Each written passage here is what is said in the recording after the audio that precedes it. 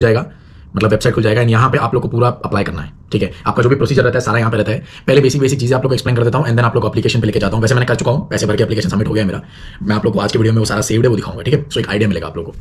यहाँ पे जाने के बाद सबसे पहले गाइस ओवरव्यू है, मतलब किन लोगों के लिए है। पहली बात तो ये कौन लोग एलिजिबल है, क्या क्या रिक्वायरमेंट्स है, एजुकेशन की क्या रिक्वायरमेंट्स है, फंड्स कितने होने चाहिए, IELTS में कितने बैंड्स होने चाहिए, वो सारी चीजें आप लोग को यहाँ पे ओवरव्यू में मिल जाएगी। आप पढ़ सकते हो, एक चीज मेरे को पढ़ने की जरूरत है बिकॉज मैं अप्लाई करने की बात करूँगा आप सब समझ जाओगे। स्ट्रीम रिक्वायरमेंट्स भी यहाँ पे दे रखा है अलग से। स्कोरिंग फैक्टर्स मतलब कौन से ऐसे फैक्टर्स है जहाँ पे आप लोग ज्यादा स्कोर कर सकते हो, ये सब आगे धीरे धीरे पता लग जाएगा। If you are ready to apply, eligible Ontario universities offering masters program. ठीक है, अब ये जो स्ट्रीम में आप लोग को बता रहा हूँ और जो एलिजिबल है, एलिजिबल ओंटारियो यूनिवर्सिटीज, तो वो सारी ये है Algoma university, Brock university, Carleton university, Lakehead, फिर लॉरेंटाइन यूनिवर्सिटी, मैकमास्टर यूनिवर्सिटी, फिर ये जो भी इतनी है जो लाइन में दिख रही है आपको सारी की सारी ये यूनिवर्सिटीज में अगर आप पढ़ते हो या मैंने जैसे पहले आप लोगों को बताया देन ओनली ये वीडियो आप देखना, वरना फिर बाद में कमेंट करके मत बताना भाई ये तो मेरे लिए है ही नहीं। ठीक है, so that's why I am repeating again and again, तो आइडिया रहे आप लोगों को। तो ये यूनिवर्सिटी का गेम था। अब हम लोग क्या करते हैं, डायरेक्टली OINP डॉक्यूमेंट चेकलिस्ट में जाते हैं। यहाँ पे आप लोग को सारा समराइज दे रखा होगा गाइस कि कौन से आप लोग को डॉक्यूमेंट्स चाहिए, क्या क्या चाहिए, हर चीज एक्सप्लेन कर रखी होगी। मैं आप लोग को ये एक्सप्लेन इसलिए नहीं कर रहा हूँ बिकॉज मैंने ऑलरेडी वो डॉक्यूमेंट्स अपलोड कर दिए है, तो मैं आपको वो दिखाऊंगा तो ज्यादा इजी रहेगा रादर देन यहाँ पे, बिकॉज यहाँ पे और भी एडिशनल बहुत सारे डॉक्यूमेंट्स दिखाएंगे आपको जो आई एम श्योर स्टूडेंट्स को जरूरत नहीं रहती इतनी सारी। ठीक है, तो जैसे हम लोग यहाँ पे आते हैं अपने को जाना होता है expression of interest system streams में। ठीक है, so once you press over here आपको बिफोर यू अप्लाई ये सारे रजिस्ट्रेशन प्रोसेस और ये सब दिखा रखा है। अब इसका नॉर्मल वेबसाइट पे अकाउंट बनाने का एकदम सिंपल रहता है guys, you just have to create an account, ID password ये सब क्रिएट करना होता है। उसकी वीडियो मैंने नहीं बनाई है बिकॉज मैं रात में 2 बजे वो सब अप्लाई कर रहा था 1.5 महीने पहले, तो वो टाइम पे मेरे दिमाग में वीडियो बनाने का नहीं आया। I just wanted to apply as fast as possible. So account create किया मैंने। जब अकाउंट क्रिएट करते हो आपका खुद का पोर्टल बनता है। अब वो पोर्टल के अंदर आपको बेसिक चीजें पूछेगा, कोई भी तरीके का प्रूफ नहीं मांगता है, आप जो लिखते हो उसको प्रूफ मान लेता है फॉर टेम्पररी बेसिस। एंड जब आपको इन्विटेशन आता है 1.5 महीने या 1 महीना जब भी उनका ड्रॉ निकलेगा तब आप लोग को इन्विटेशन आएगा। एंड जब वो इन्विटेशन आएगा आपने जो भी चीजें वो लोग को पहले प्रोवाइड करी है या दिया हुआ है वो सारे प्रूफ देने पड़ेंगे। अब जैसे IELTS में आपने बोला मेरे को स्पीकिंग में इतना, लिसनिंग में, रीडिंग राइटिंग में इतने आए हैं, तो वो सारा आप लोगों को इनको अभी प्रूफ के साथ दिखाना पड़ेगा TRF अपलोड करके। ठीक है, सो इस तरीके से आप लोग को प्रूफ देना होता है। देन वो टाइम पे जब आप कर रहे होते हो आप लोग को कौन से आप जॉब कर रहे हो, अगर आप जॉब नहीं कर रहे हो तो आपके कितने फंड्स पड़े हैं बैंक में, जॉब कर रहे हो तो कौन सा नॉक है जॉब का, सारी चीजें आपसे बेसिक पूछता है। It's only 15 to 20 minute process. वो जो प्रोसेस अप्लाई करने का होता है 15-20 मिनट का होता है, बेसिक सिंपल होता है, कुछ नहीं होता है इसमें कॉम्प्लिकेटेड। आपका यूनिवर्सिटी कहाँ पे है और ये सारी चीजों के ऊपर आपका एक बेसिक सेट ऑफ पॉइंट्स बन जाते हैं। ठीक है, तो वो मैं आप लोग को भी आगे दिखाता हूँ। अब register and expression of interest में यहाँ पे हम लोग प्रेस करेंगे। तो जो मैंने आप लोग को चीजें अभी समझाई वो सारी पहले की है। ठीक है, मतलब जब आप अकाउंट क्रिएट करते हो वो टाइम पे आप लोग को ये सारी चीजें फिल आउट करनी होती है एंड देन सबमिट करना होता है। एंड जब आप लोग को इन्विटेशन आता है उसके बाद का आप लोग को मैं भी एक्सप्लेन कर रहा हूँ। उससे पहले का बहुत ईजी है, अभी का ज्यादा इंपॉर्टेंट है, तो इसलिए मैं भी आप लोग को एक्सप्लेन कर रहा हूँ। ठीक है, तो यहाँ पे प्रेस करेंगे, कंटिन्यू करेंगे। ओके, सो जैसे आप अपना ID पासवर्ड डालते हो, मैंने ऑलरेडी क्रिएट कर रखा है तो मेरे को अपने पोर्टल में डायरेक्ट ले गया। अब यहाँ पे उसने नॉर्मल सारी चीजें आप लोग एक्सप्लेन करिए, if you want to read पढ़ सकते हो, बट इतना ज्यादा अभी फिलहाल के लिए आपके लिए ये सब इंपॉर्टेंट नहीं है। पहले आप जान ले आपको क्या क्या करना है एंड देन आप ये सब चीजें पढ़ सकते हो। फिर कंटिन्यू करेंगे। अब यहाँ पे जब भी आप लोग अंदर आते हो आपसे लास्ट नेम, फर्स्ट नेम और ईमेल ID पूछता है ऑलवेज। अगर आप इनकेस लॉग आउट हो गए या सेशन आपका बाहर हो चुका है, सो आपको ये सारी चीजें लिखनी पड़ेगी। ठीक है, ओके, सो ये मेरा पोर्टल खुल चुका है गाइस एंड यहाँ पे आप लोग देख सकते हो कि जब मैंने किया था, मैंने कौन सा टाइम पे अप्लाई किया था, अराउंड 1 दिसंबर 2023 में मैंने अपनी फाइल भेजी थी। मतलब EOI मास्टर्स ग्रेजुएट स्ट्रीम में मैंने अपना फाइल सबमिट किया था जो था 1 दिसंबर। एंड मेरे को 29 जनवरी को मैंने अपना इन्विटेशन, मेरे को इन्विटेशन एक्चुअली 24 को आया था बट 29 को मैंने सबमिट करा with all the documents and everything. ठीक है, सो मेरे टोटल पॉइंट्स हो रहे थे 52। अब ये जो पॉइंट्स होते हैं यहाँ का कट ऑफ अलग होता है एंड वो अलग अलग फैक्टर्स पे डिपेंड करता है। तो मैंने एक वीडियो में पहले बोला भी था कि अगर आप टोरंटो में पढ़ते हो तो आपके पॉइंट्स थोड़े से कम हो जाते हैं एज कंपेयर टू अगर आप यूनिवर्सिटी में पढ़ते हो विंडसर में। ठीक है, तो यूनिवर्सिटी ऑफ टोरंटो अगर आप लोग यहाँ पे लिखते हो, मैंने वो फाइल ऑलरेडी सबमिट कर दिया तो अभी वो मैं आपको नहीं दिखा सकता, बट एक एक्सप्लेनेशन देता हूँ आप लोगों को कि अगर यूनिवर्सिटी ऑफ टोरंटो लेते हो तो मेरे 52 हो रहे हैं, यूनिवर्सिटी ऑफ टोरंटो के बंदे के 50 पॉइंट्स हो जाएंगे बिकॉज इनर GTA में आता है। अब GTA में जो भी रीजन्स आते हैं इनका थोड़ा पॉइंट कम रहता है as compare to outer GTA के बाहर हो तो ज्यादा पॉइंट्स मिलते हैं। उसके अलावा IELTS में अगर आपका स्कोर है तो आपको IELTS के पॉइंट भी बहुत अच्छे खासे मिल जाते हैं। If you have around like 8, 8.5, 9 आपके पॉइंट्स इससे भी 2-3 ज्यादा चले जाएंगे। मेरे 52 है तो आपके जाएंगे 54, 55, 56 के इर्द गिर्द पहुंच जाएंगे। ज्यादा कोई फर्क पड़ता नहीं है बिकॉज कट ऑफ इस बार का निकला है 50 पॉइंट्स का, तो 50 के ऊपर जो भी लोग थे सबको इन्विटेशन आ गया था, या 50 के ऊपर जो भी लोग थे सबको इन्विटेशन आ गया था। सो ये फैक्टर्स के ऊपर आपका पॉइंट्स डिसाइड करता है वो, एंड देन आपको वो इन्विटेशन भेजता है अगर आप कट ऑफ में एलिजिबल हो तो, नहीं तो नहीं भेजेगा। अगर 48 पॉइंट से आपके 50 का कट ऑफ निकला है तो आप लोग को इन्विटेशन नहीं आएगा। उसके बाद का जो ड्रॉ निकलेगा उसमें जो नंबर है उसमें इन्विटेशन आएगा। बट ये जो स्ट्रीम है इसमें इन्विटेशन आता है। अगर 2-3-4 महीने आप वेट करोगे तो 101% आप लोग को इन्विटेशन तो आ जाएगा। ठीक है, बिकॉज आप यूनिवर्सिटीज देख रहे हो, मोस्टली अच्छी खासी रैंक यूनिवर्सिटीज ही इसमें एलिजिबल है, उसके अलावा कोई भी एलिजिबल नहीं है। ओके, सो इसमें बट एक और चीज है, मेरे फ्रेंड का और मेरा दोनों का पॉइंट एक था बट मेरे फ्रेंड को इन्विटेशन नहीं आया। ठीक है, अब ये पता नहीं क्यों ऐसा हुआ है। जिस दिन हम लोग को इन्विटेशन आया था उस दिन उसको इन्विटेशन नहीं आया था, उसके अगले दिन भी नहीं आया था, 3-4 दिन तक वेट किया बट नहीं आया। देन हम लोगों ने लाइक इन OINP को कॉन्टैक्ट करने का ट्राई किया मेल ID के ऊपर और काफी सारी चीजें करी बट कुछ समझ नहीं आया क्या एक्जैक्टली प्रॉब्लम किया था उसने, बिकॉज आई थिंक जब वो फाइल सबमिट कर रहा था उसने कुछ गलत किया हुआ है, दैट्स वाई उसको इन्विटेशन नहीं आया। सो ये भी चीज़ों का ध्यान रखना होता है जब भी आप लोग कोई भी चीज़ फिल कर रहे हो, अगर आपको नहीं पता है गूगल पे जाकर सर्च करो, नॉक कोड पूछ रहा है तो नॉक कोड गूगल पे सर्च करो। मैं आपको नॉक कोड दिखाता हूँ, सारा प्रोसीजर एक्सप्लेन करता हूँ, बट जब फाइल पहले करते हो तो ये सारी चीज़ें आप लोग को पता होनी चाहिए। मुझे भी नहीं पता थी जब मैं कर रहा था, एक्सपेरिमेंट के बेसिस पे ही किया है एंड आ गया है। वैसे इतना कुछ टेक्निकल है भी नहीं, बहुत सिंपल है, आपको आइडिया लग जाएगा। एनीवेज, तो ये था अभी शुरू का। अब आगे फाइल पे प्रेस करते हैं। ओके, सो ये सारे जो भी आपको लेफ्ट साइड पे स्क्रीन पे दिख रहा है वो सारा मतलब ये सारे डॉक्यूमेंट्स आप लोग को अपलोड करने होते हैं या इन्फॉर्मेशन आप लोग को फिल आउट करनी होती है। ये नॉर्मल जहां पे भी आप लोग ड्रॉज में करोगे उससे बहुत अलग है, ठीक है। अगर आपके पास जॉब है तो आपको $14,000 बैंक में दिखाने की जरूरत नहीं है, ठीक है। जैसे मेरे पास जॉब थी तो मैंने इतना पैसा दिखाया नहीं था। अगर आपके पास दोनों है तो बहुत अच्छा है, ठीक है। मैंने पर्सनली दोनों दिखाया है, बैंक में पैसा भी दिखा रखा है, इतना पड़ा हुआ है मेरे, एंड जॉब ऑफर भी है। सो मेरी फाइल और स्ट्रॉन्ग हो गई, ठीक है। बहुत लोग क्या करते हैं, सिर्फ जॉब का दिखाएंगे कि मैं ऑफर लेटर, एम्प्लॉयमेंट लेटर, सब धीरे धीरे समझ आएगा। Offer letter is different, employment letter is different, ठीक है। दोनों सेम नहीं होते। ये सब चीज़ आपको धीरे धीरे एक्सप्लेन करता हूँ मैं। पहले स्टेप बाय स्टेप हम लोग जाते हैं, मैं फालतू में आपको कंफ्यूज कर रहा हूँ। Assistance with application. सो यहाँ पे is someone assisting you the application with completing this application. Like for example आपको कोई बंदा की हेल्प ले रहे हो आप ये करने के लिए, तो मैंने नो किया था यहाँ पे, ये ऑलरेडी सेव्ड है गाइस। मैंने जो वो टाइम पे सबमिट किया था वो सारा सेव आप लोगों को दिखा रहा है, बिकॉज अभी मैं इसके अंदर कोई भी चेंजेस नहीं कर सकता हूँ। ये फाइल गवर्नमेंट के पास जा चुकी है, अंडर प्रोसेस है, ठीक है। तो अभी इसका रिजल्ट आएगा I think around some time के अंदर, लाइक 1 महीने के अंदर मेरे को जहाँ तक पता है 25 दिन के अंदर इनका कुछ ना कुछ अपडेट आ जाता है कि आगे किस तरीके से प्रोसेस करना है, क्या है, वो सारे अपडेट्स आ जाते हैं। तब जो आएगा वो मैं आप लोग को तब एक्सप्लेन करूंगा, बट अभी का जो है आप अभी जान ले तो आप लोग को हेल्प मिलेगा। सो किसी की हेल्प लेने की जरूरत नहीं है गाइस, बिकॉज आप अगर एजेंट्स के पास जाओगे तो वो अलग चार्ज करेगा, $200 उसका अलग फी होता है। ये सिंपल स्टफ करने के लिए, you don't need any person for all this stuff, ठीक है। बहुत ईजी है। Applicant information, okay. सो यहाँ पे आपको बेसिक नॉर्मल इन्फॉर्मेशन लिखनी है। मैं रिकमेंड करता हूँ गाइस आप अपने हिसाब से मत लिखे, आपके पासपोर्ट पे जो भी आपका first name, last name, middle name है उस हिसाब से लिखना। अब मेरे पासपोर्ट पे लकीली मेरा ही नाम है, जय पटेल। यूजुअली क्या होता है, लोगों का नाम रहता है, उनके फादर का नाम रहता है, फिर उनकी सरनेम रहती है, इसमें बहुत ट्रबल्स आते हैं। सो अगर आप इंडिया में देख रहे हो तो हो सके तो चेंज करा देना, बिकॉज मेरे फादर ने पहले से ही मेरा इस तरीके का रखा है कि मेरे को ट्रबल ना आए, ठीक है। बिकॉज आई नो मेरे बहुत सारे फ्रेंड्स के बहुत जगहों पे प्रॉब्लम्स होते हैं guys, just because of the middle name and उनका इनिशियल, और ये सब बहुत दिक्कत कर देता है। सो सिंपल रखो, क्रिस्प रखो, इजी रखो। एंड अगर नहीं पता है तो पासपोर्ट देख के यहाँ पे लिखना। अपने आप कुछ भी तरीके का आइडिया फिगर आउट करने का ट्राई मत करना, वरना प्रॉब्लम हो जाएगा। डेट ऑफ बर्थ, फिर कंट्री ऑफ बर्थ, फिर कहाँ पे पैदा हुए थे, सारी चीज़ें आपको बेसिक चीज़ें आपको प्रोवाइड करेगा। शादी करी आप लोगों ने, फिर आपकी प्राइमरी सिटीजनशिप कहाँ थी, आपका पासपोर्ट नंबर, फिर पासपोर्ट इशू कब हुआ था, पासपोर्ट एक्सपायर कब हुआ, पासपोर्ट इशूइंग कंट्री कौन सी थी, वो सारी चीज़ें आप लोगों से पूछेगा, बेसिक स्टफ, ठीक है।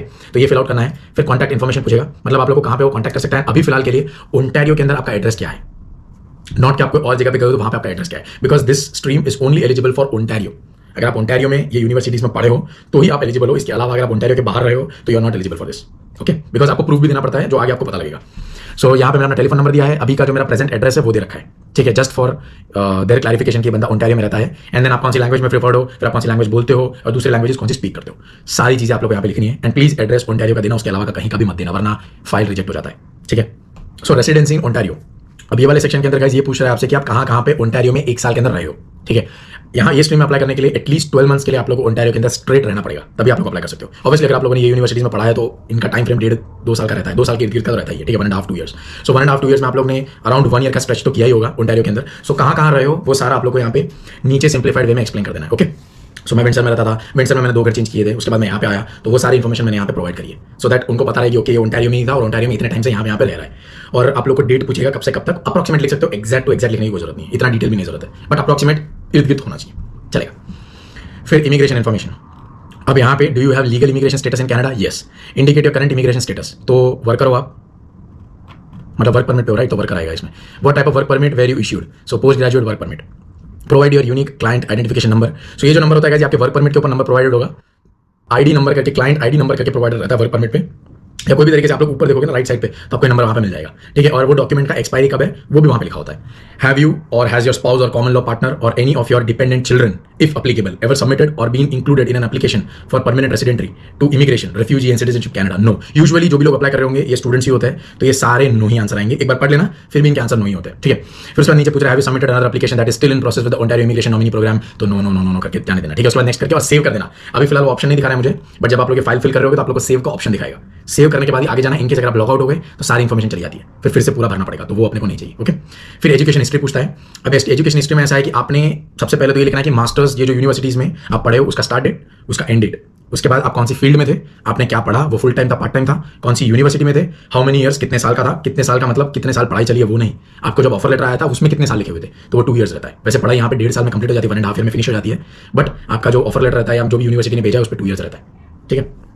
Has a degree been granted, degree मिला है, यस, बिकॉज डिग्री का डॉक्यूमेंट भी आप लोग को नीचे प्रोवाइड करना होता है। देखो एक चीज क्लियर कर दूं, जो भी चीजें आप लोग यहाँ पे ऊपर प्रोवाइड कर रहे हो कुछ भी फेक नहीं चलेगा। नीचे जब हम जाएंगे वो सारे डॉक्यूमेंट्स आप लोग को स्क्रीनशॉट लेके कैम स्कैनर में फोटो लेके या कोई भी एडोब स्कैन में फोटो लेके आपको अपलोड करना पड़ेगा, एंड तभी वो लोग मानेंगे, नहीं कि यहाँ पे लिख लिया तो वैलिड हो गया, ठीक है। सो दैट्स व्हाई यहाँ पे कुछ भी लिख रहे हो तो वो प्रूफ आपके पास पड़ा होना चाहिए, वरना मत लिखो। और अगर पूछा है आपके पास नहीं है तो लिखो नहीं है, तो कोई प्रॉब्लम ना है। और कुछ सिचुएशंस में अगर नहीं है तो आप लोग एलिजिबल ही नहीं होते हो। सो ध्यान रखना, अगर डिग्री नहीं है और ये सब चीज़ें नहीं है तो आप लोग एलिजिबल नहीं हो। आपके पास डिग्री का डॉक्यूमेंट का फोटो होना चाहिए। ओके, अब जब हम नीचे जाते हैं तो वो पूछता है कि आप लोगों ने आपका बीटेक कहाँ से किया था। तो इंडिया में आप लोग जहाँ से भी पढ़े हो वो यहाँ पे लिख देना। एंड जस्ट नॉर्मल आपका वहाँ पे क्या पढ़े थे, क्या फील्ड थी, वो सारी चीजें पूछता है। This is very simple basic guys, so idea लग जाएगा। So are you the recipient of a grant, whether your scholarship that requires you to return to your home country or another jurisdiction, another Canada province, territory or another country after the completion of your studies? तो no, ऐसा कुछ नहीं है। ऐसे कोई भी तरीके का रूल हम लोग एक्सपेक्ट करके नहीं आए थे, या हम लोग मतलब यूनिवर्सिटी में जब एडमिशन लिया था तो इस तरीके का कुछ भी हम लोगों ने कंडीशन नहीं था। ठीक है, तो ऑब्वियसली नो ही होगा। Is your graduate program run jointly by an academic institution in Ontario and an academic institution in another province or country? No, एक ही प्रोविंस में आप लोगों ने पढ़ा है तभी आप लोग एलिजिबल हो। Okay, so will you pursue any further studies? तो मैंने नो किया है, अगर आप यस करना चाहते हो कर सकते हो, इसमें कोई प्रॉब्लम नहीं आएगा। ठीक है, सो वो सेव करके हम लोग आगे निकलेंगे। फिर वर्क हिस्ट्री। वर्क हिस्ट्री में ऐसा है, आप लोगों ने कनाडा में आने के बाद कहाँ कहाँ पे काम किया है, और वो जो काम था उसमें अगर आप लोगों ने टैक्स पे किया है तभी लिखना, वरना मत लिखना। ओके, सो वो जो कंपनी में आप काम करते थे वहाँ पे टैक्स कट के आपको पैसा आता था, तो आप लोग वो सारी चीज़ें यहाँ पे लिखोगे। तो जो भी मेरे लिए बहुत ज़्यादा हो गया था, बिकॉज मैंने बहुत ज़्यादा पार्ट टाइम जॉब कर रखी है, सो मेरे को एप्लीकेशन कुछ ज़्यादा ही फिल करना पड़ा है। यूजुअली लोग दो या तीन या इस तरीके का लिखते हैं, but I have done around 14 to 15 part time jobs, तो वो सारी मेरे को यहाँ पे लिखनी पड़ी है, और फाइल बहुत लंबी हो गई थी। सो वो जॉब्स का मेरे को प्रॉब्लम यहाँ पे आया था। वैसे यूजुअली तो प्रॉब्लम आया नहीं था, बट यहाँ पे बड़ा प्रॉब्लम आया था। मेरे को 6 घंटे लगे वो जॉब की डिटेल फिल करने में, 4 से 5 घंटे लग गए थे। आई स्टिल रिमेंबर, बिकॉज मेरे को एक्चुअली याद ही नहीं है मैं कहाँ कहाँ क्या क्या कर चुका था। बिकॉज अगर यहाँ पे मैं वो इन्फॉर्मेशन प्रोवाइड नहीं करता हूँ एंड इनको मेरे प्रोफाइल में कुछ भी मिल जाएगा ना तो प्रॉब्लम हो जाएगा। सो दैट्स व्हाई मैं बैठ के पहले तो सोच रहा था कि मैंने कहाँ कहाँ काम किया है, क्या क्या किया है। मैंने अपनी खुद की वीडियो देखी, इंटरनेट पर जो मैंने डाली थी, और ये वीडियो देखने के बाद मेरे वो सारी चीज़ यहाँ पे फिल आउट करी है, सो दैट मैं कुछ अगर वो टाइम पे बोल दिया हूँ, यहाँ पे भूल गया हूँ तो प्रॉब्लम हो जाएगा। सो एनीवेज, वो तो अपनी स्टोरी है। बट अभी फिलहाल जो मैं करंट जॉब करता हूँ, मेरी जो फील्ड जॉब है वो कहाँ पे है, वो कौन से पोजीशन में है, उसका नॉक कोड क्या है, वो सब आगे पूछेगा। बट अभी फिलहाल के लिए आप कितने घंटे करते हो, पार्ट टाइम था, फुल टाइम था, वो सारी चीज़ें आपको लिखनी है। ओके, एंड और ये सारी पेड होनी चाहिए, कोई भी अनपेड काउंट नहीं होती है। फिर travel history and other activities. Okay, अब इसमें अगर आप लोग ओंटारियो में आए एंड ओंटारियो के बाहर आप लोग गए, यूएस गए या कोई भी कंट्री गए, तो उसका इन्फॉर्मेशन यहाँ पे प्रोवाइड करना होता है। अभी कुछ दिनों पहले मैं यूएस गया था, तो यूएस पे मेरे पासपोर्ट पे एक स्टैम्प था। यूएस की जब मैंने एंट्री करी थी उसका डेट और टाइम दोनों का वहाँ पे स्टैम्प मारा हुआ था। सो उसका डिटेल मेरे को यहाँ प्रोवाइड करने का पड़ेगा, बिकॉज नीचे मेरे को वो लोगों ने पासपोर्ट के सारे पेजेस मांगे थे, जहाँ पे भी वीजा के स्टैम्प्स हो या पोर्ट ऑफ एंट्री हो या कहीं पे भी आप लोगों ने कोई भी कंट्री में एंट्री किया हो, वो सारा आप लोगों को यहाँ पे नीचे फोटो प्रोवाइड करना पड़ता है। सो वो फोटो देख के मैंने यहाँ पे सारी डिटेल्स फिल आउट करी, कब क्या था, कहाँ गया था, कितने टाइम के लिए गया था और क्यों गया था, कौन सा डेस्टिनेशन था, वो सारी चीज़ें यहाँ पे प्रोवाइड करनी पड़ती है। ठीक है, do you have any other activity excluding education and paid work history in the last 10 years or since the age of 18 if this was less than 10 years ago? तो नो। अब लैंग्वेज प्रोफिशिएंसी, ये IELTS के बारे में बात कर रहा है। IELTS के अंदर आपका जो भी आया है, IELTS का TRF का मेरा एक अलग सीन हो गया था, जिसके बारे में मैं वीडियो में बात करना चाहता हूँ। उससे पहले मैं आप लोग एक चीज बताना चाहता हूँ, मैंने एक सर्विस स्टार्ट करी है जहाँ पे आप लोग कोई भी तरीके का डाउट रहता है तो मेरे इमिग्रेंट लाइसेंस इमिग्रेंट एजेंट से पूछ सकते हो। डिस्क्रिप्शन में एक फॉर्म है, वो फॉर्म फिल आउट करोगे तो आप लोग को मेरी टीम कॉन्टैक्ट करेगी एंड वो सारी सर्विसेज आप लोग को फ्री में प्रोवाइड करते हैं। अब जैसे आप लोग वीजा अप्लाई करने जाओगे तो आपके दिमाग में कोई भी तरीके का डाउट आएगा, SOP LOR प्लस ये रूल्स अभी चेंज हो रहे हैं, राइट? तो चेंजिंग रूल्स के साथ बहुत ज्यादा प्रॉब्लम्स आने वाले स्टूडेंट्स को, बहुत ज्यादा डाउट्स रहेंगे कि पब्लिक प्राइवेट पार्टनरशिप क्या होता है, उसके अलावा जो नए नए रूल्स निकल रहे हैं उसके लिए आप एलिजिबल हो कि नहीं हो, ये सारे अगर आपके डाउट्स है तो आपको मेरी टीम को कॉन्टैक्ट करना चाहिए। ये आपके डाउट्स क्लियर करेंगे एंड ये सारे लाइसेंस्ड है, कोई भी तरीके का आपको फालतू का नॉलेज नहीं देंगे, पता होगा तभी वो बोलेंगे वरना नहीं बोलेंगे। So make sure you fill the form, आपको कॉन्टैक्ट करेंगे, आपको अच्छे से गाइड करेंगे ताकि आप कोई भी स्टेप गलत ना ले लो और यहाँ पे आके आप रिग्रेट ना करो। वो आपको हर तरीके से हेल्प करेंगे, पार्ट टाइम जॉब, आपका अकोमोडेशन के लिए भी आपको हेल्प करेंगे, आपको गाइडेंस देंगे। बट आपको मेन डाउट रहेगा वीजा अप्लाई करने से पहले, बिकॉज वो टाइम पे डॉक्यूमेंटेशन बहुत ज्यादा रहते हैं, किस तरीके से फाइल डालनी है, कौन से कॉलेज में जाना है, कौन से प्रोग्राम में जाना है, बहुत ज्यादा डाउट्स रहते हैं। तो सारे डाउट्स क्लैरिफाई करने के लिए मैंने सर्विस स्टार्ट करी है। मेक श्योर आप जाए, काफी मेहनत लगती है ये सब चीजें करने से एंड आप लोग के लिए बिल्कुल ही फ्री है। सो नीचे जाओ एंड डू दैट। ठीक है, अब वीडियो कंटिन्यू करते हैं। अब लैंग्वेज प्रोफिशिएंसी में अपना IELTS के बारे में बात करेंगे। इसके लिए पर्सनली गाइस थोड़ा सा ट्रबल आ गया था मुझे। अब हुआ क्या था, जब मैंने अपना IELTS का एग्जाम दिया तो एक TRF आपके घर पे आती है, ठीक है, और वो TRF जो घर पे आती है उसका एड्रेस मैंने गलत लिख दिया था, उसमें फ्लैट नंबर मेंशन नहीं किया था, मैंने सिर्फ बिल्डिंग नंबर मेंशन किया था। तो वो TRF मेरे घर पे आई एंड देन वो वापस चली गई, बट वो कहाँ पे गई वो पता ही नहीं है, बिकॉज ब्रिटिश काउंसिल का जो है वो यहाँ पे बहुत ज्यादा सेंटर्स है, तो कौन से सेंटर में गई वही नहीं पता। इनका मिसिसागा में एक मेन सेंटर है, उसके अलावा क्यूबेक में दूसरा मेन सेंटर है और छोटे छोटे और एग्जाम सेंटर्स और ये सब है। सो मैंने पहले फाइंड आउट करना चाहा कि मेरी मतलब TRF जो है वो गया कहाँ पे। सो बाद में आगे जाके मेरे को पता लगा कि हम्बर कॉलेज में जहाँ पे मैंने एग्जाम दिया था वो लोगों ने लकीली मेरा TRF रखा था उनके पास, वरना अगर वहाँ से वो कहीं और चला गया होता तो मेरे को बड़ी प्रॉब्लम होती। सो मेक श्योर जब भी आप लोग एग्जाम देने जा रहे हो, TRF का जो एड्रेस जो भी आप IELTS के लिए लिखते हो उसमें अच्छे से ढंग से देखना, मैंने जो गलती करी थी वो मत करना। एंड अगर इनकेस आप लोगों ने गलत कर दिया है, आपकी TRF आपके टेस्ट सेंटर या ऑफिशियल जहाँ पे आप लोगों ने दिया था वहाँ पे नहीं है। यूजुअली जब आप ब्रिटिश काउंसिल कॉन्टैक्ट करते हो तो आपको वही बोलता है कि जहाँ पे आपने एग्जाम दिया था वो टेस्ट सेंटर में जाओ एंड वहाँ पे पूछो। ठीक है, जो भी लोगों ने वहाँ पे एग्जाम लिया था, फॉर एग्जाम्पल वो कॉलेज था या अगर कोई होटल में ऐसी जगह पे हो रहा है तो कौन कंडक्ट कर रहा था वो एग्जाम, जहाँ पे कंडक्ट उसका नाम होता है, उनको कॉन्टैक्ट करो, उनको मेल भेजो, उनके ऑफिस में जाओ। तो उनको कॉन्टैक्ट करने के बाद भी अगर वो बोल रहे हैं कि हमारे पास डिटेल्स नहीं है, देन आप लोग को अगेन ट्रांसक्रिप्ट के लिए अप्लाई करना होता है, जिसके लिए $20-30 देने होते हैं। एंड वो $20-30 देने के बाद मेरे फ्रेंड के साथ प्रॉब्लम हुआ था। लकीली मेरे को ऐसा मगजमारी नहीं हुई, हमारे कॉलेज में मेरी ट्रांसक्रिप्ट पड़ी हुई थी, बट मेरे फ्रेंड की ट्रांसक्रिप्ट नहीं मिली, तो उसको $20 पे करने पड़े। वो ग्रेजुएट स्ट्रीम को अप्लाई नहीं कर पाया था, मतलब उसने डॉक्यूमेंट्स फिल कर दिए थे विदाउट IELTS, और उसके बाद में आगे जाके उसने मास्टर्स ग्रेजुएट स्ट्रीम में विद TRF अप्लाई किया था और बहुत झंझट हो गई थी। सो वो सारी चीजें मत करना, प्लीज रिक्वेस्ट करता हूँ। अगर एड्रेस लिख रहे हो तो ढंग का एड्रेस लिखना, अगर हो जाए तो दूसरे टीआरएफ के लिए अप्लाई करना, वो दूसरे टीआरएफ का अप्रूवल आने में 10 दिन लग जाते हैं। सो ये जो इन्विटेशन रहता है ये 14 नॉर्मल डेज के लिए रहता है, उसके बाद एक्सपायर हो जाता है। ठीक है, तो 14 डेज के अंदर आप लोग की एप्लीकेशन सबमिट करना होता है। जब वो लोग आपको कॉन्टैक्ट करेंगे उसके बाद आप लोग को 14 दिन के अंदर ये फॉर्म फिल करके पैसे भर के भेज देना है। ठीक, सो इस तरीके का गेम रहता है। एंड अगर उसमें गड़बड़ हो गई है तो प्रॉब्लम हो जाएगा। So make sure you don't do that. So ये था IELTS का नॉर्मल इन्फॉर्मेशन फिल किया। फिर intention to reside in Ontario. अब यहाँ पे आप लोग को लाइक 1000 वर्ड्स का एक पैराग्राफ लिखना है। मतलब ऐसा कुछ 1000 वर्ड्स नहीं होता, मैक्सिमम लिमिट 1000 होती है, तो उसके अंदर आप लोग जितना लिखना चाहो लिख सकते हो। क्यों ओंटारियो में रहना है, ओंटारियो में रह के क्या करोगे, ओंटारियो आपको क्यों, मतलब पर्पस क्या है ओंटारियो में रहने का। अब जैसे इंडिया में हम लोग जब आते तो SOP लिखते थे, याद है, तो स्टेटमेंट ऑफ पर्पस क्या, आप लोग को क्यों यहाँ पे पढ़ने जाना है, आपको क्यों यहीं पे आना है। सो वो सारी चीजें आप लोग यहाँ पे लिखनी है। मैंने बहुत छोटे से सिंपल शब्दों में लिख दिया गाइस, ठीक है, कि मेरे को अपनी जॉब की वजह से यहाँ पे रहना है, उसका पैकेज अच्छा है, उसकी अपॉर्चुनिटीज ओंटारियो में मेरे को काफी अच्छी मिलती है, प्लस ओंटारियो का जो क्लाइमेट है वो as compare to other provinces better है। सो यहाँ पे मैं रह सकता हूँ अच्छे से, एंड वो सारी चीजों करके मैंने लिखा था। सो एक बेसिक आइडिया मिल जाए, ठीक है, बाकी उतना कुछ डिटेल में कुछ नहीं था। फिर फैमिली इन्फॉर्मेशन, अगर कुछ हो तो, अगर फैमिली का कोई एप्लीकेशन यहाँ पे सबमिट कर रहे हो देन ओनली, वरना नो करके आगे बढ़ जाना है। फिर सेटलमेंट फंड्स, यहाँ पे आप लोग को सेटलमेंट फंड्स करके दिखाना होता है। ठीक है, तो वो पूछते हैं कि state the amount of funds that are currently available to you to cover day to day expenses for you and your dependent family members if applicable for the next 6 months। तो वो फंड्स आप लोग को दिखाने हैं। State your current और future annual salary for your job in Ontario if applicable. तो वो सारी चीजें आप लोग यहाँ पे देनी है। सो फंड्स का यूजुअली यहाँ पे आप लोग ऊपर जाओगे तो IRCC की वेबसाइट पे हर चीज मेंशन होती है। So once you press over here आप लोग को प्रूफ ऑफ फंड्स से रिलेटेड सारा यहाँ पे एक्सप्लेनेशन होगा। अगर नंबर ऑफ फैमिली मेंबर्स 1 है तो आप लोग को $13,757 दिखाना है, 2 है तो 17,000, यूजुअली स्टूडेंट्स 13,007, मतलब जो भी 13,757 है वो दिखाना है। मैंने यहाँ पे 14,000 दिखाया था, एक राउंड फिगर कर दिया था। एंड उसके अलावा टोटल जो था स्टेट योर करंट और फ्यूचर एनुअल सैलरी, तो वो आप लोग को दिखानी होती है। अप्रॉक्सीमेट, कुछ भी एक्जैक्ट नहीं देना है, ठीक है, अप्रॉक्सीमेट होता है। कोई आपसे कोई चेक नहीं करने वाला है, वो जस्ट ऐसे नेचुरली पूछ रहा है। ये चेक तब करेंगे जब आपके पास जॉब नहीं है। मेरे पास जॉब है तो मेरे को कुछ भी पूछने वाले नहीं है वो, बिकॉज मेरे को जहाँ पे मैं आपको आगे दिखाता हूँ आपको आइडिया लगेगा। ठीक है, तो यहाँ पे नॉर्मली क्यों, कैसे आप लोगों को पता लगा सर्विस के बारे में, और फिर ये required documents. This is the most important place जहाँ पे आप लोग को सारी चीजें अपलोड करनी है। ठीक है, इसके ऊपर मैं थोड़ा ज्यादा फोकस करना चाहता हूँ एज कम्पेयर टू दूसरी, बिकॉज ये सारे डॉक्यूमेंट्स आप लोगों को ये फॉर्मेट में देना है, डॉक में या PPT में या PDF में या जो भी है, इस तरीके के फाइल में ही होने चाहिए। उसके अलावा कोई भी फाइल एक्सेप्ट नहीं करेंगे। यूजुअली सारे ही आ गए गाइस, सारे फाइल एक्सेप्ट होते हैं इसके अंदर। अगर आप लोग यहाँ पे देखोगे तो आइडिया लग जाएगा। ठीक है, एंड अब जैसे हम लोग यहाँ पे जाएंगे तो expression of interest scoring factors mandatory if applicable to the information provided in your EOI। मतलब एक्सप्रेशन ऑफ इंटरेस्ट में आपने जो भी इन्फॉर्मेशन प्रोवाइड करी है वो सारे डॉक्यूमेंट्स यहाँ पे अपलोड करने हैं। ठीक है, टैक्स स्लिप्स, पिछले साल आप लोगों ने टैक्स पे किया था तो उसके स्लिप्स, OINP फॉर्म, इसके पहले ये फिल करने से पहले एक फॉर्म होता है जो आप लोगों को फिल करना होता है। वो फॉर्म मैं आप लोगों को स्क्रीन पर दिखा दूंगा। वो फॉर्म आप लोगों को नॉर्मली जैसे आप अंदर आते हो तो वो फॉर्म आपको फिल आउट करना होता है, एंड वो फॉर्म उसी डेट, उस पर एक डेट पूछेगा। तो जब आप लोग ये एप्लीकेशन सबमिट करते हो ना, वही डेट लिखना, कोई और डेट मत लिख देना। ओके, वो दोनों डेट्स मैच होनी चाहिए, एप्लीकेशन की और वो फॉर्म फिल करनी सेम होनी चाहिए बेसिकली। फिर पे स्लिप्स टू प्रिंट, मतलब पे स्टब आपका जो भी आया था, मैंने 2 पे स्टब दिखाए थे अपने लेटेस्ट। उसके अलावा मैंने अपना एक फोटो दिया था जो मतलब पासपोर्ट पे हो वैसा वाला नहीं, कोई नॉर्मल अपना अच्छा क्लीन फोटो हो तो वो प्रोवाइड करना है। फिर उसके बाद मेरा ऑफर लेटर जो था वो, उसके अलावा वर्क परमिट, स्टडी परमिट 2 थी मेरी, एक नॉर्मल थी, उसके बाद मैंने work study permit extension apply किया था वो। Employment letter and offer letter में फर्क होता है। ठीक है, अगर आपको नहीं पता है तो आप अपने जॉब के HR के पास जाए, वहां पे उसको बोलो कि मेरे को एम्प्लॉयमेंट लेटर चाहिए। ये आपको तभी चाहिए जब आपके पास जॉब है। अगर आपके पास जॉब नहीं है तो आपको आपके बैंक अकाउंट में $14,000 दिखाने होते हैं। $13,757 आप लोगों को बैंक में दिखाना होता है। बैंक स्टेटमेंट आप लोगों को प्रोवाइड करनी होती है। ओके, मैंने बैंक स्टेटमेंट प्रोवाइड नहीं करी थी, मैंने खाली अपना बैंक का प्रूफ दिखा दिया था कि भाई इतना पैसा पड़ा हुआ है मेरे पास, और वो भी इतना मैटर नहीं करता because I have a job. तो मैंने ऑफर लेटर और एम्प्लॉयमेंट लेटर ये दोनों लेटर सबमिट कर दिए थे, तो वहीं पे मेरा काम हो चुका था। वो नीचे मैं आपको दिखाता हूँ, हर चीज के सेक्शन अलग अलग है, बट मैंने सारे डॉक्यूमेंट्स ऊपर अपलोड करे थे, फिर नीचे भी अपलोड करे थे, सो दैट उनको कोई तरीके का डाउट ना रहे। फिर हम लोग बात करेंगे डिग्री, ट्रांसक्रिप्ट जब भी पढ़ाई खत्म होती है अपने इंस्टीट्यूशन में, जहाँ पे आपका क्या बोलते हैं, आई डोंट रिमेंबर उसको क्या बोलते हैं, बट आपके ऑफिस होती है, आपके हर जगह पे आप यूनिवर्सिटीज में ऑफिस होती है, वहाँ पे पढ़ाई खत्म होने के बाद आप लोग को ट्रांसक्रिप्ट मांग लेना जाके, कुछ $8 या $9 देने होते हैं, वो ट्रांसक्रिप्ट आपको दे देते हैं। ठीक है, तो मैंने 2 ट्रांसक्रिप्ट ली थी, इन केस मेरे को अगर कहीं पे फेस करने के लिए कोई अपलोड भेजनी पड़े या कोई भी तरीके के और अप्रूवल के लिए भेजनी पड़े तो वो ट्रांसक्रिप्ट मैंने यहाँ से और अपने इंडिया से जो था वो भी कर लेके आया था। सो जस्ट बिकॉज इसलिए 2 ली थी कि अगर इनकेस एक भेज दी तो दूसरी मेरे पास रहे फोटो कॉपी खींचने के लिए। ठीक है, उसके बाद पासपोर्ट का सारे पेजेस, मैंने पासपोर्ट पे सारे पेजेस दिए थे। यहाँ पे वो लोगों ने सिर्फ Canadian visa and port of entry पूछा था, बट मैंने अपने जितने भी पेजेस थे वो सारे दे दिए थे। US वीजा प्लस US में कब एंट्री करी, फिर मैं वापस कब आया, उसके अलावा फिर मैंने कनाडा में कब मैं आया था, कनाडा वीजा कब मिला, स्टडी परमिट, हर तरीके का थप्पा मैंने वो लोग को दिखा दिया था ताकि उनको कोई डाउट ना रहे। ठीक है, फिर IELTS का TRF, ये बेसिकली सारे डॉक्यूमेंट्स होते हैं जो आप लोगों को प्रोवाइड करने होते हैं। फिर अटेस्टेशन फॉर्म मैंडेटरी, जो फॉर्म मैंने आप लोगों को बताया OINP का जो फॉर्म होता है वो फॉर्म आप लोगों को फिल करना है, वो जो डेट होती है और एप्लीकेशन की डेट सेम होनी चाहिए, मैंने ऊपर आप लोगों को बताया, राइट। फिर फोटोग्राफ मैंडेटरी, जो भी फोटो है क्लियर होना चाहिए, आपका फेस दिखना चाहिए, ब्लर दिखेगा तो वो एक्सेप्ट नहीं करते। ठीक है, पासपोर्ट पे जो भी फोटोज थे वो सारे, योर फैमिली, इसमें अपना कुछ भी नहीं है। Status documents issued by IRCC और CBSA mandatory, study permit, work permit और सबकी बात कर रहे हैं। सो मेरे 3 थे तो मैंने अपलोड करे थे। रेसिडेंसी इन ओंटारियो में आपको प्रूफ देना होता है, रेसिडेंसी इन ओंटारियो में आप लोग को प्रूफ देना होता है कि आप लोग ओंटारियो में रह रहे हो।